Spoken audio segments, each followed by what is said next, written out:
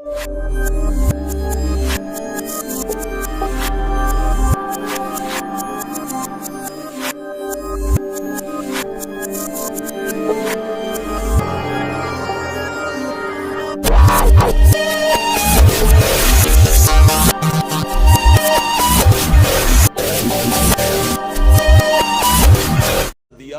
کے خلاف election commission کوئی اس کے اوپر اعتماد نہیں. اور مجھے جو سب سے زیادہ یہ الیکشن کمیشن کے اوپر اعتراض ہے کہ جب ہم نے کوشش کی پوری کہ الیکٹرانک ووٹنگ مشین لائی جائیں تو اس نے پوری اس کی مخالفت کی.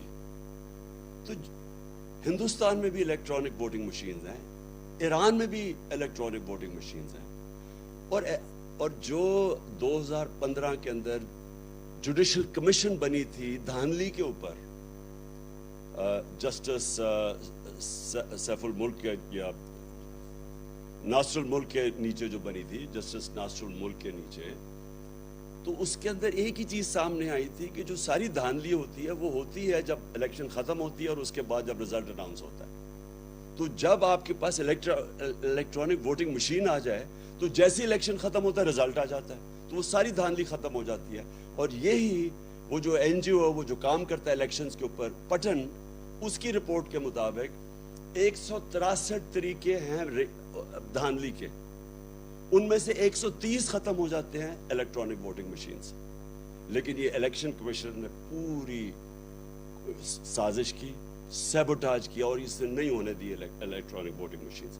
لہٰذا میری نمبر 1 ڈیمانڈ یہ کہ اگر آگے اب ہم نے نکلنا ہے تو سب سے پہلی چیز تو ہمیں ایک کریڈیبل الیکشن کمیشن چاہیے. نمبر 2, دیکھیں مشکل ہے, حالات ہمارے اس وقت مشکل ہے, اور جس طرح جتنی دیر یہ گورنمنٹ رہے گی مزید اور مشکلیں بڑھتی جائیں گی, اور اس میں سے نکلنے کے لیے صرف اگر ہمیں قوم بنے, قوم ہی نکل سکتی ہے. دیکھیں یہ میں آپ کو سمجھانے کی کوشش کر رہا ہوں کہ قوم اور ہجوم میں بڑا فرق ہوتا ہے. جب ایک قوم بن جاتی ہے تو وہ جب مل کے 22 کروڑ لوگ جب مل کے فیصلہ کرتے ہیں کہ ہم نے مثلا اپنے قرضے اتارنے ہیں, وہ اتار دیں گے اپنے قرضے. جب ایک قوم فیصلہ کرتی ہے کہ ہم نے ٹیکس اکٹھا کرنا ہے تاکہ ہمارے پاس پیسہ ہو, تاکہ ہم اپنے سکول بنائیں, ہسپتال بنائیں, اپنی انفراسٹرکچر ٹھیک کریں, وہ کر سکتی ہے قوم. جرمنی اور جاپان دوسری جنگ عظیم کے بعد بالکل ختم ہو گئی تھی, ایک بلڈنگ نہیں کھڑی تھی. آپ تصویریں دیکھیں ان کی. دوسری جنگ عظیم کے بعد جاپان کے اوپر 2 ایٹم بم گر چکے تھے, ان کی ایک بلڈنگ نہیں کھڑی تھی. لیکن کیونکہ وہ قومیں تھیں, قوموں نے مل کے 10 سالوں میں وہ پھر سے کھڑے ہو گئے. تو ہم تو اللہ نے اس ملک کو اتنا زیادہ دیا ہے کہ ہمیں, آپ کو بھی نہیں اندازہ کہ اس نے کتنی نعمتیں بخشی. لیکن وہ ہم تب تک, جب تک ہم قوم نہیں بنتے, ایک قوم بن کے ہم اس کا مقابلہ نہیں کرتے, ہم ان نعمتوں کا نہیں فائدہ اٹھا سکیں گے. ہم مجھے بڑی اچھی طرح یاد ہے جب زلزلہ آیا پاکستان میں 2005 اور 2010 میں جب سیلاب آیا, کیونکہ میں کام کر رہا تھا, ریلیف ورک کر رہا تھا, میں لوگوں کے بیچ میں تھا. تو اگر دیکھنا تھا, اگر اس کی آپ کو کسی نے سٹوریز لکھی ہوں, تو جب قوم نے مل کے ان دونوں بحران, زلزلے کا اور سیلاب کا, ہمیں کوئی, سیلاب میں تو ہمیں امداد بھی کسی نے نہیں دی. انہوں نے کہا آصف زرداری اوپر بیٹھا ہوا ہے, یہ ہم کوئی پیسے نہیں اسے دیں گے کیونکہ اس کے پیسے سیدھے ملک سے باہر چلے جائیں گے. پیسے بھی نہیں ملے. لیکن ہر پاکستانی نے شرکت کی. بیرون ملک پاکستانی مجھے انوائٹ کر کے پیسے دیتے تھے کہ آپ یہ سیلاب زدہ لوگوں کی مدد کریں, اور ہم اس سے نکل گئے کیونکہ قوم سب کچھ کر سکتی ہے. تو ابھی بھی جو اب سامنے ہمارے راستہ ہے, اس میں باحیثیت ہم قوم مقابلہ کر سکتے ہیں. اور جو سب سے پہلے میرا جو پلان بنا ہوا ہے کہ اگر ہمیں حکومت ملتی ہے تو ہم کیا کریں گے, میں سب سے پہلے اپنے بیرون ملک پاکستانیوں کو موبلائز کروں گا. دیکھیں میرے پاکستانیوں, ایک چیز سمجھیں, ہمیں اندازہ ہی نہیں ہے کہ ہمارا کتنا بڑا اثاثہ ہے بیرون ملک پاکستانی. ہم نے آتے ساتھ ہی ان کی تھوڑی سی مدد کی کہ یہ جو پیسے بھیجتے ہیں، ریمیٹنسز بھیجتے ہیں، جو ہمارے لوگ باہر کام کرتے ہیں، ہم نے کوشش کی کہ بینک کے تھرو بھیجیں. پاکستان کی تاریخ میں سب سے زیادہ 31 ارب ڈالر کی ریمیٹنسز آئیں. ابھی ہم نے شروع ہی ہوئے تھے، ابھی ہم اور بھی ان کی مدد کر رہے تھے. ہم نے روشن ڈیجیٹل اکاؤنٹ کھولا تھا. ہم نے ابھی ان کے لیے پوری ایک پلان بنایا ہوا تھا کہ کیسے ہم نے ہاؤسنگ کے اندر ان کی انویسٹمنٹ لے کے آنی ہے. جو سب سے بڑا میرا پلان تھا، اور مجھے سب سے افسوس ہے کہ پہلا پلان سیبوٹاج کیا یہ آصف زرداری کی سندھ حکومت نے. ہم نے ایک بنڈل آئلینڈ ہے، اس کے اوپر ایک پورا ایک نیا شہر بنا رہے تھے، ماڈرن سٹی، اور بڑے بڑے انویسٹرز آ گئے جنہوں نے اربوں ڈالر اس میں انویسٹ کرنا تھا. تو اس سے ہونا کیا تھا کہ اس سے ایک تو کراچی جو پھیلتا جا رہا ہے اور جو مشکل، پانی بھی نہیں دے سکتے، سیوریج بھی نہیں دے سکتے، یعنی کراچی کا حالات جو کھنڈر بنتا جا رہا ہے. جب ایک پورا ایک ماڈرن سٹی جس طرح دبئی ہے، کیا وجہ کہ ہم دبئی جیسا ایک جزیرے کے اوپر شہر نہیں بنا سکتے؟ تو وہ پورے انویسٹرز بھی آ گئے. سندھ حکومت نے سیبوٹاج کیا. انہوں نے کہا کہ نہیں، ہم این او سی دے کے واپس لے لیا. اس میں ڈالرز آنے تھے. دوسرا جو راوی سٹی ہے، راوی سٹی لاہور کو بچانے کے لیے پرانا پلان ہے کوئی 15-20 سال کا. اس کے لیے بھی لوگ آ گئے، انویسٹرز تیار. ابھی بھی انویسٹرز ہیں، پتہ نہیں ابھی وہ، کیونکہ جب سے ہماری حکومت گئی ہے مجھے نہیں پتا، وہ بھی آ گئے. ایک عدالت نے 1 سال سٹے آرڈر دے دیا، آگے بڑھ نہیں رہا تھے ہمیں. تو رکاوٹیں تھی، لیکن اگر دونوں جگہ پیسہ آ جاتا تو آج یہ جو ہمارا روپیہ گر رہا ہے یہ روپیہ نہ گرتا، کیونکہ ہمارے پاس ڈالرز آ جانے تھے باہر سے. تو کہنے کا مقصد یہ کہ اس طرح کے اور ہمارے پلانز ہیں. جو بیرون ملک پاکستانی ہیں وہ سب سے پہلے، اگر ہم ان کے لیے جو پیکیج میں تیار کر رہا ہوں، ہم جب ان سے جب پیسہ آئے گا تو جب تک ہماری ایکسپورٹس اوپر جاتی ہے، کیونکہ اس وقت ہماری امپورٹس زیادہ ہے، ایکسپورٹس کم ہے، اور ہماری ریکارڈ ہمارے دور میں سب سے زیادہ ایکسپورٹس ہوئے تھے. تو جب تک ہماری ایکسپورٹس امپورٹس کے ساتھ نہیں ملتی، تب تک ہم بیرون ملک پاکستانیوں سے ڈالرز منگوا کے تو یہ پورا کریں گے، جو گیپ پورا کریں گے، تاکہ ہمارے روپے پہ پریشر نہ پڑے جو روپیہ گرتا جا رہا ہے. تو پہلی چیز تو میری یہ ہے کہ ہم نے اپنے بیرون ملک پاکستانیوں کو پوری طرح اس ملک کی، جو ہم اس بحران سے نکالیں گے، پوری طرح ان کی ہم مدد لیں گے. اور ان کا جو اربوں ڈالر ان کے باہر پڑے ہیں، یہ محنت کش لوگ ہیں، ان کا انشاءاللہ پیسہ لے کے آئیں گے. یہ کبھی بھی پیسہ جو ابھی حکومت میں بیٹھے ہیں کبھی ان کو پیسہ نہیں دیں گے. کیوں نہیں وہ پیسہ دیں گے؟ ابھی ریمیٹنسز نیچے چلی گئی ہیں، کیوں نہیں دیں گے؟ کیونکہ ان کو کہتے ہیں پیسہ پاکستان لے کے آؤ، اور یہاں سے یہ اپنا پیسہ باہر نکال دیتے ہیں.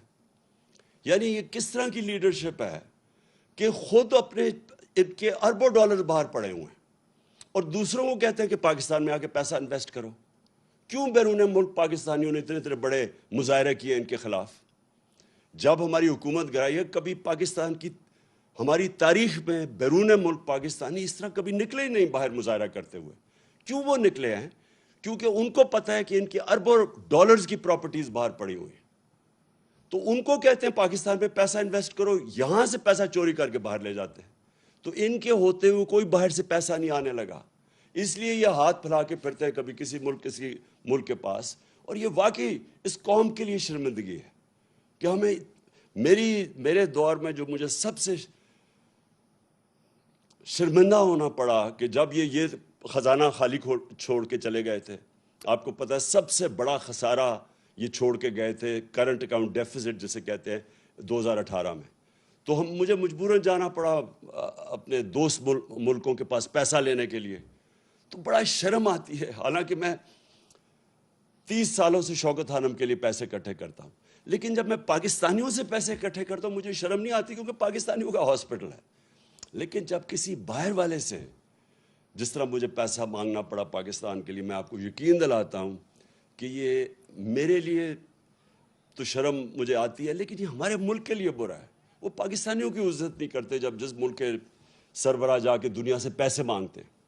اس لیے انشاءاللہ اس بار ہم نے کوشش کی، پلان بنایا ہوا ہے کہ ہم نے صرف اپنے بیرون ملک پاکستانیوں سے پیسہ اکٹھا کرنا ہے، اور ان کے پاس اتنا پیسہ ہے کہ ہمیں کوئی IMF کے پاس جانا نہیں پڑے گا انشاءاللہ۔ دوسری چیز دیکھیں، پاکستان کا جو سب سے بڑا مسئلہ ہے وہ ہے جس کو انگریزی میں کہتے ہیں رول آف لا، مطلب انصاف، مطلب قانون کی حکمرانی، مطلب کہ قانون کے سامنے سب ایک برابر۔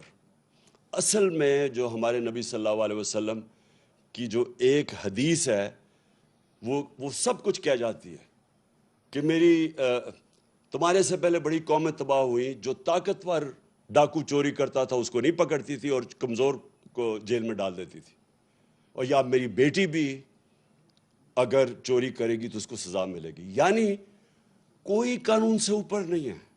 یہ سب سے بڑی جنگ ہے پاکستانی۔ میرے پاکستانیوں سمجھ جاؤ، یہ ہے اصل جہاد اس ملک کی۔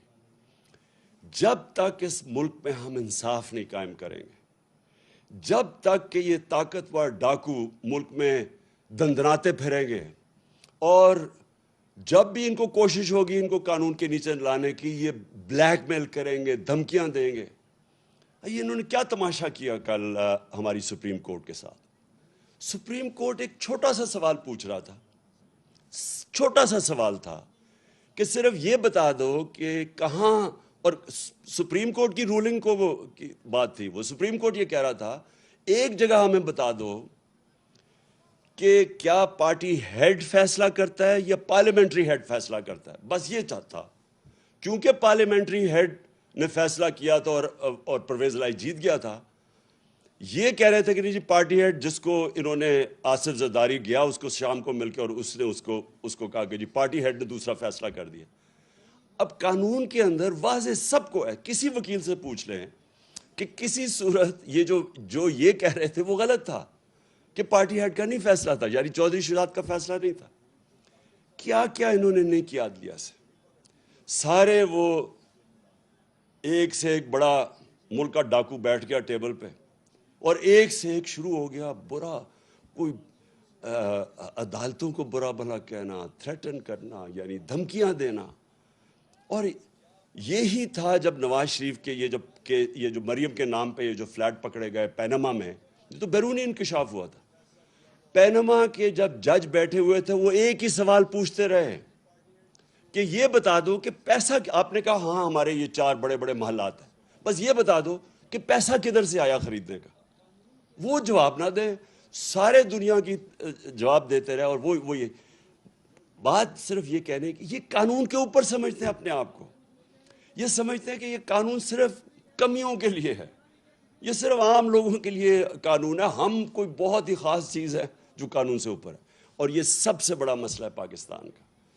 جب تک ہم ان بڑے بڑے مافیاز کو، یہ جو بڑے بڑے کارٹیلز بیٹھے ہوئے ہیں، مونوپولیز بیٹھی ہوئی ہیں، یہ جو مل کے قیمتیں اوپر بٹھا، جس طرح شوگر مافیا بیٹھ کے اوپر چینی کی قیمت کر دیتا ہے، عوام کو پستا ہے، جب تک ہم ان لوگوں کو قانون کے نیچے نہیں لے کے آئیں گے پاکستان ترقی نہیں کر سکتا۔ اور یہ ہے اس ملک کی جنگ۔ آج سے 26 سال پہلے میں نے جب اپنی پارٹی اناؤنس کی تھی تحریک انصاف، اس کا مطلب ہی یہ تھا، کیونکہ میں تو باہر دنیا میں دیکھ لیا تھا، میں تو برطانیہ میں یہ جو قانون کی حکمرانی دیکھ لی تھی، وہاں تو کوئی قانون کے اوپر نہیں ہے۔ آپ یہ سوچیں کہ ان کا پرائم منسٹر بورس جانسن بھاری اکثریت سے جیتتا ہے الیکشن، اس کی پارٹی اس کو نکال دیتی ہے۔ کیوں نکالتی ہے؟ صرف ایک چیز سے، انہوں نے کہا سب کے لیے قانون تھا کہ کرونا کے دوران آپ نے اکٹھے نہیں ہونا، تو آپ کیوں اکٹھے ہو گئے؟ اس چیز کے اوپر اس کو نکال دیتے ہیں۔ یہاں اربوں روپے کی پراپرٹیز ان کی باہر پکڑی جاتی ہیں، جواب دے نہیں سکتے، اور وہ لیڈر بنے ہوئے ہیں۔ اور اس کی 2 وجوہات ہیں۔ سب سے پہلی کہ اس ملک کے اندر ہم نے آنے نہیں دی قانون کی حکمرانی، یا ملٹری ڈکٹیٹرز تھے، وہ ویسی قانون کے اوپر تھے، وہ ویسی قانون توڑ کے آتے تھے۔ پچھلے 62 سال میں آدھا وقت ملٹری ڈکٹیٹرز رہے ہیں اور آدھا وقت یہ 2 خاندان رہے ہیں، اور یہ 2 خاندان جب بھی ان کو کوشش کرتے ہیں، ان کے کرپشن کیسز، یہ سارا وقت یا تو ملک سے باہر بھاگ جاتے ہیں، اور یا پھر یہ سارا وقت یہ کہتے ہیں کہ جی آپ کی جرت کیسے پڑی کہ ہمیں قانون کے نیچے لانے کے لیے. اور جب تک یہ نہیں ہوگا میرے پاکستانیوں، جب تک ہم اپنے ملک میں انصاف قائم نہیں کر سکیں گے، جس ملک میں صرف غریب لوگ جیلوں میں جائیں اور طاقتور ڈاکو ایوانوں میں پھرے، پرائم منسٹر بن جائے، اتنے بڑے کیسز ہوں، جب تک ہم یہ نہیں کر سکیں گے، یہ ہے اصل جہاد اس ملک کی. تو میری کوئی کسی سے دشمنی نہیں ہے. مجھے یہ بڑا عجیب لگتا ہے کہ کہتے ہیں جی، مجھے کئی صحافی بھی کہتے ہیں عمران صاحب آپ ان سے کیوں نہیں بات چیت کرتے، آپ بات ہی نہیں کرتے. بات چیت سب سے کرتا ہے پولیٹیشن. طالبان ہیں جو ٹی ٹی پی ہے، ان سے بھی بات کرنے کے لیے ہم تیار ہیں. ہم وہ جو بلوچستان کے اندر جو سیپریٹسٹ ہیں ان سے بھی بات کر سکتے ہیں. سندھ میں جو کہتے ہیں سدھو دیش، ان سے بھی سب سے بات کر سکتے ہیں. لیکن جس دن آپ چوروں کے ساتھ ڈیل کرتے ہیں، آپ کا معاشرہ تباہ ہو جاتا ہے. میں آپ سے پوچھتا ہوں، کیا اگر آپ کے گھر کو کوئی ڈاکہ مار لے اور آپ کہیں جی آپ اس سے بات کریں، آپ کیوں نہیں بیٹھ کے بات چیت کر دیتے؟ تو وہ تو سارے ڈاکے مارنے شروع ہو جائیں گے. آپ اگر جب تک سزائیں نہیں دیں گے ڈاکے مارنے والوں کو، تو معاشرہ تو چلتا ہی نہیں آگے. یہ ذہنوں میں ڈال لیں کہ بات چیت میری کوئی ذاتی دشمنی نہیں ہے، لیکن اگر ہم نے ملک کو بچانا ہے، اور کوئی ملک آج مجھے بتا دیں، سوئٹزرلینڈ، جو ملک خوشحال ہے، سارے خوشحال ملکوں کے اندر ایک چیز ہے، کوئی قانون سے اوپر کوئی انسان نہیں ہے. اور یہ ہمارے، پھر سے میں اپنی قوم کو بار بار بتاتا ہوں کہ میرے پیارے نبی صلی اللہ علیہ وسلم نے 1500 سال پہلے تقریباً یہ کہہ دیا تھا کہ اگر تم نے تباہ ہونا ہے تو طاقتور ڈاکوں کو چھوڑ دو اور کمزور کو پکڑو. اور یہ ہمارا اس وقت سب سے بڑا چیلنج ہے. اس کے بعد جو اللہ کا حکم ہے امر بالمعروف. دیکھیں، میں نے اپنا ٹائم کتنے 20-25 سال گزارے ہیں برطانیہ کے اندر. اتنا بڑا فرق ہے ان کے اور ہمارے معاشرے میں. دیکھیں، ایک معاشرہ اچھائی کے ساتھ جب تک نہیں کھڑا ہوتا تو برائی اوپر آ جاتی ہے. اللہ کا حکم ہے کہ امر بالمعروف، اچھائی کے ساتھ کھڑے ہو اور برائی کے خلاف کھڑے ہو، برائی کے خلاف جہاد کرو. یہ جس کو کہتے ہیں، جب تک آپ اپنی اخلاقیت کا معیار اوپر نہیں اٹھاتے، معاشرہ اوپر نہیں جاتا. جب ہم اچھے برے کی تمیز ہی ختم کر دیتے ہیں، جن کے اوپر اربوں روپے کے کیسز ہیں کرپشن کے، ان کے اوپر پھول پھینکتے ہیں. جو ملک سے ایک سزائے یافتہ ملک سے جھوٹ بول کے فرار ہوا ہے اور اسے کہتے ہیں جی کہ اس کے کیسز ہی معاف کر دو. یعنی جب ہم یہ کرتے ہیں، یا یہ جو چور اوپر آ کے بیٹھ گئے ہیں جن کو سزا ہونی تھی، ہم اپنے معاشرے کو تباہ کر لیتے ہیں. جب بھی آپ کوئی ایڈوانس معاشرہ دیکھیں گے، اس میں آپ یہ دیکھیں گے امر بالمعروف. اور پھر جو آخری دو چیزیں یہ ہے کہ پاکستان کو ایک فلاحی ریاست بننا ہے. فلاحی ریاست کیوں بننا ہے؟ کیونکہ دیکھیں، چائنا نے یہ ثابت کیا کہ اگر وہ سپر پاور بنا دنیا میں پچھلے 35 سال میں، تو اس نے انسانی تاریخ میں وہ کام کیا جو کسی نے نہیں کیا، کہ انہوں نے 70 کروڑ لوگوں کو غربت سے اٹھا کے اوپر لے آئے. ہندوستان 35 سال پہلے وہی حالات تھے جو چائنا میں تھے 35 سال پہلے. ہندوستان کے پاس بھی 1 ارب سے زیادہ آبادی ہے، تو ہندوستان بھی اوپر جا سکتا تھا. لیکن ہندوستان میں انہوں نے غربت اوپر کرنے کی کوشش نہیں کی، لوگوں کو غربت نکالنے کی کوشش نہیں کی. چائنا میں انہوں نے پلان کر کے اپنے لوگوں کو غربت سے نکالا. یہی مدینہ کی ریاست میں میرے نبی صلی اللہ علیہ وسلم نے یہی کیا تھا جب پہلی دفعہ ایک فلاحی ریاست بنائی تھی. پاکستان میں جب تک ہم اپنے لوگوں کو غربت سے نہیں اوپر اٹھاتے، ہم آگے نہیں بڑھ سکتے. تو اس لیے ہم نے یہ سارا احساس کا پروگرام اور یہ جو ہم نے شروع کیے تھے، اور یہ جو ہیلتھ کارڈ ہے، اور انشاءاللہ اب ہماری جب پنجاب میں واپس گورنمنٹ